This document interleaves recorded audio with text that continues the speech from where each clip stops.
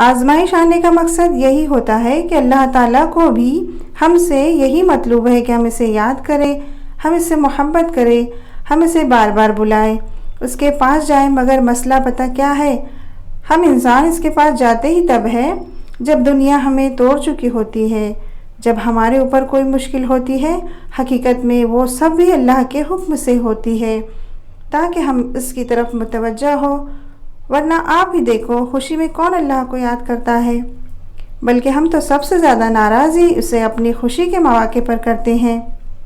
سمجھ رہے ہو نا آزمائشوں کے آنے کا مقصد؟ جب آپ کا دل سکون میں ہوتا ہے نا تو آپ اس شدت اور طرف سے دعا نہیں کر پاتے، مگر جب کچھ بھی آپ کے بس میں نہیں ہوتا، آپ کو کوئی راستہ نظر نہیں آتا، تو اللہ تعالیٰ آپ کو کوئی دکھ دے کر، اداس کر کے دعاؤں کی طرف لے آتے ہیں تاکہ آپ اللہ پاک سے دل بھر کر دعا کر سکو، تاکہ اللہ پاک سے شدت سے دعا مانگ سکو۔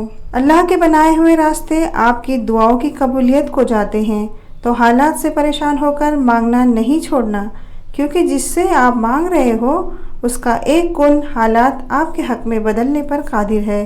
لگن سے مانگو کہ ہمارا رب الوہاب ہے، یعنی کہ ہر ناممکن کو ممکن میں بدلنے پر قادر ہے۔